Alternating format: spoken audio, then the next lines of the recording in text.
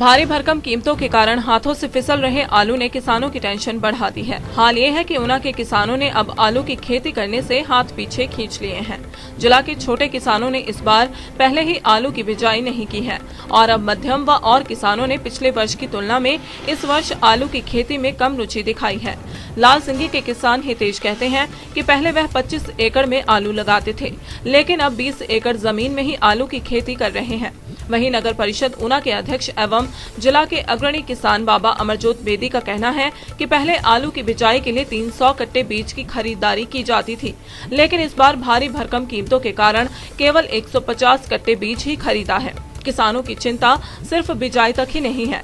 उनका कहना है कि अगर उन्होंने महंगे दाम में आलू का बीज खरीद लिया और उसकी बिजाई भी कर दी तो उनकी फसल किस दाम में बिकेगी, इसकी कोई गारंटी नहीं है, क्योंकि एमएसपी तय ही नहीं है। ऐसे में घाटे की आशंका के चलते किसानों ने आलू की खेती से मुंह मोड़ लिया है। तेज जी, जिस तरह से आलू के बीज के दाम बढ़ गए हैं, तो आपने इस बार कितने आलू की बिजाई की है? पहले हम जो है वो 25 एकड़ में खेती करते थे जी। आजकल आलू के दाम बहुत ज़्यादा बढ़ने के कारण जो है हमने 20 एकड़ के करीब फसल की है। तो एक तो उसमें जैसे हो गया ना, गर्मी बहुत ज़्यादा होने के कारण जो है आलू की प्रोडक्शन जो है वो कम है, और थोड़ी सी ये भी है कि बीज मिल नहीं पा रहा, तो जिस कारण से हमें परेशानी तो आ ही रही है जी। आलू की खेती में हम नॉर्मली अराउंड 600 बैग्स लगाते थे सीड के। इस साल हमने पेप्सी के साथ जो ऑलरेडी कॉन्ट्रैक्ट था, उसके अलावा हम लगभग 300 बैग पुखराज के लगाते थे।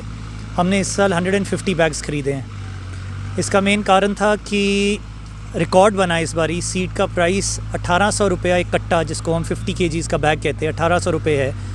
उसमें कार्टेज डाल के लगभग 1900 रुपये ऊना में पहुंच पड़ रही है, जिसका छोटे मतलब ईज़िली अगर हम इसको छोटे शब्दों में बोले 38 रुपीज़ 1 kg सीड का पड़ रहा है इसे। सो इसमें खाद डलेगी लगभग 8-9 हज़ार रुपये की, जो हमारा पेप्सी का पैकेज है। लोग सपोज़ देसी ढेर डालेंगे या पोल्ट्री डालेंगे, थोड़ी सी खाद कम करके डालेंगे, तब भी ये 5-6 हज़ार रुपये से कम नहीं होती। स्प्रेज़ जो नेसेसरी स्प्रेज़ हैं, जिसको हम कहते हैं इमरजेंसी, जैसे ब्लाइट पड़ जाती है तब स्प्रेज़ बहुत महंगी हो जाती हैं, बट बेसिक स्प्रेज़ हमारी पेस्टिसाइड हो जाती है जो बेसिकली एक बारी करनी होती है, फंगिसाइड हो जाती है एक बारी करनी है M45 के नाम से। यहाँ हमें जो घास काटने के लिए उसका भी 2500 रुपीज़ मिनिमम जाता ही है। ये सारा टोटल बना के, और अगर हम लेबर जो रोज़ पानी लगाना या ट्रांसपोर्टेशन या कुछ भी है उसको ना इंक्लूड करें, इस साल 60,000 रुपीज़ 50,000-60,000 के बीच में खर्चा होगा। और अगर जब हम एक्चुअली सेल आउट करेंगे, जब तक हमारे को एक सर्टेन अमाउंट ऑफ रेट नहीं मिलेगा या इतना प्रोडक्शन नहीं होगी, आपका ये पैसा कवर भी नहीं होगा, प्रॉफिट बहुत दूर की बात है।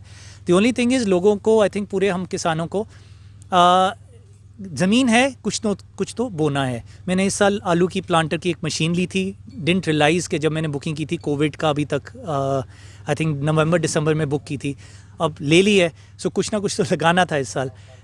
दूसरी बात एग्जांपल है MSP की। आजकल काफ़ी एजिटेशन चली हुई है। 1800 रुपया अभी सूखी मक्की का रेट है MSP। कोई हमें 1200 रुपये से ऊपर नहीं दे रहा। अब एज अ किसान मैं किसके पास जाऊंगा या कहाँ बोलूँगा कि यार 1800 रुपये रेट है, हमें 1800 तो दीजिए। So this is the plight. So end में मेरे को जब तक 100 बैग नहीं आएगा इस बीज में से, 1 एकड़ में से 100 बैग्स नहीं आएंगे और रेट 12 रुपये से 14 रुपये पर kg नहीं होगा, I will be in a loss. तो महंगाई का कारण क्या है कि बीज इतना महंगा हो गया? कारण बहुत है इसमें। कोल्ड स्टोर्स का है, पिछले साल बहुत ज़्यादा प्रोडक्शन थी जिसका कारण आलू का बीज का रेट ही नहीं उठा। प्रोडक्शन कम हुई बिकॉज अब सेल और डिमांड का ये चक्कर चला हुआ है। कई एरिया जहाँ सेल प्रोडक्शन थी, फ्लड्स आए हैं, वहाँ से बी नहीं आया। सो ये कई चीज़ें होती हैं जिससे ये पहली बारी है जो कोल्ड स्टोर वाले अब कमाएंगे। वो बात आपकी बिल्कुल सही है। जैसे आलू की कुछ समस्या इस बार किसानों को आई है। जहाँ पिछले साल रेट थे मेरे ख्याल 20 रुपये किलो था, 20 से 22 था, वो अभी 40-42 है। तो इसमें मैंने ऊपर विभाग में भी बात की थी अपने कृषि निदेशक महोदय से। तो क्योंकि एक्चुअली क्या कि ऊना में आलू की जो आलू का जो वितरण प्रणाली है ना, वो कुछ रेगुलेटेड नहीं है। तो इसको रेगुलेट करने के लिए एक मैकेनिज्म हमें इसमें बनाना पड़ेगा। तो कुछ सोसाइटीज़ को हमें इन्वॉल्व करना पड़ेगा। जैसे जो इंस्टीट्यूशंस हैं ना, जैसे सोसाइटीज़ हैं, जो फार्मर जिनसे जुड़े हैं, फार्मर उनके शेयर होल्डर हैं, तो सोसाइटीज़ को हमने सोचा कि उनको जोड़ेंगे इसमें।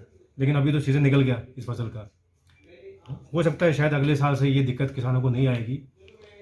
उसमें हम सोसाइटी जो सोसाइटीज़ आलू का बीज देना चाहती हैं और जो कंपनी आलू का बीज देती हैं उनको हम जोड़ेंगे उनके साथ, और एक ऐसा मैकेनिज्म बनाएंगे कि किसान जो है सोसाइटी से बीज लेगा, और जो सब्सिडी जो है हम फिर किसान के खाते में डालेंगे। सोसाइटी हमें बिल प्रदान करेगी, तो हो सकता है हम उसमें उनको ट्रांसपोर्ट सब्सिडी और जो बीज पे सब्सिडी है वो हम उनको मुहैया कराएं, अगर वो मैकेनिज्म सरकार उसके प्रति अगर मान जाती है तो। बाकी रही बात आलू के किसानों को मदद करने की, तो एक ऑप्शन हमारे पास एक और है, जो बीमा वाला जो ऑप्शन है हमारा, एक वेदर बेस्ड बीमा जो होता है, तो वो ऑटोमेटिकली हो रहा है। तो उसमें जो किसान उससे जुड़े हैं उनको उसमें फ़ायदा मिलेगा। अगर मौसम में कुछ हेरफेर हुआ, जो उसके पैरामीटर्स हैं मौसम के अगर वो कम हुए, तो ऑटोमेटिकली एक सिस्टम उसमें वर्क करता है, वो पैसा ऑटोमेटिकली खाते में आता है। वो वेदर स्टेशन से जुड़ा होता है, जिसको हम बोलते हैं revamped weather based crop insurance की। वो उनके किसानों के लिए जारी है आलू।